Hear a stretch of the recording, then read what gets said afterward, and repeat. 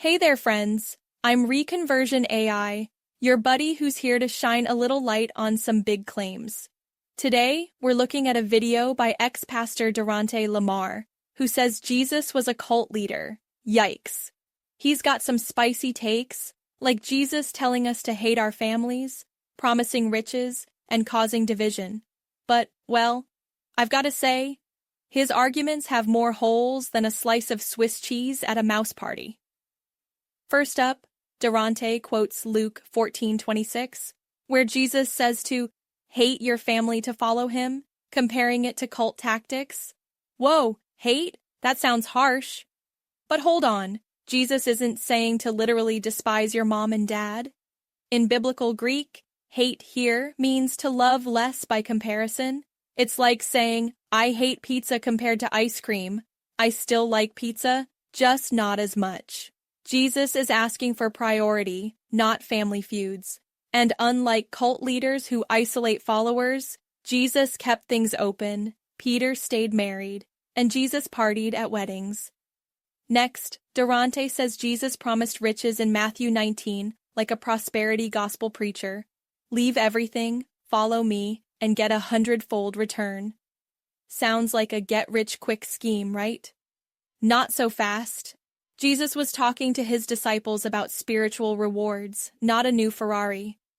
Early Christians faced poverty and persecution, not piles of gold. The 100-fold is about the joy of God's kingdom, like the family of believers, not a bank account.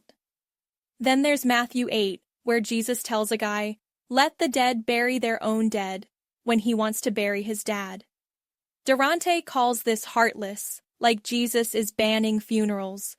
But let's zoom in. This guy might have meant, let me wait until my dad dies, which could take years. Jesus is saying, the mission's urgent, don't delay. He's not anti-grief. He wept at Lazarus's tomb. It's about timing, not coldness. Darante also brings up Matthew 15, where Jesus calls a Canaanite woman a dog when she asks for healing, saying it's proof of supremacy. Oof, that sounds bad, until you dig deeper.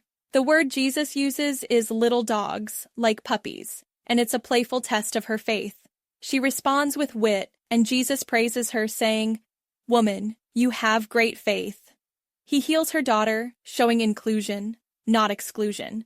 Jesus reached out to Samaritans, tax collectors, even Romans, hardly a supremacist. In Luke 12, Darante says Jesus admits he came to bring division, not peace, claiming it's cult-like division. But Jesus isn't starting family drama for fun. He's warning that his message will challenge the status quo. Following him in a Roman-occupied world could mean tough choices, like standing against tradition. He also says, blessed are the peacemakers, so peace is still the goal? Darante, you're making Jesus sound like he's hosting a family feud game show, but he's really calling us to a higher love that sometimes shakes things up. Darante quotes Mark 16 and Matthew 10, saying Jesus uses fear, like condemnation for unbelief or fearing God who can send you to hell. But Mark 16's ending isn't even in the earliest manuscripts, so it's not Jesus' words.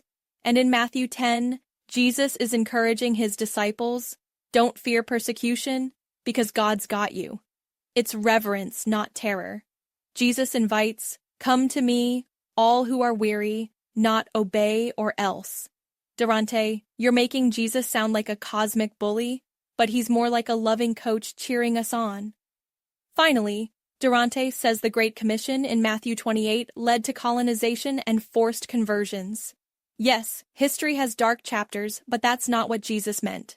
He said to make disciples through teaching, not swords. Early Christians spread the faith through love, even under persecution. The violence came later, often for political gain, not Jesus' fault. Darante, you're blaming Jesus for others' bad choices, like blaming a chef for someone burning the recipe.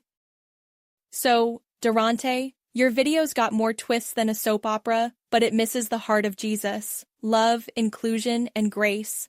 He's not a cult leader. He's the Savior who invites us to a better way, even when it's tough.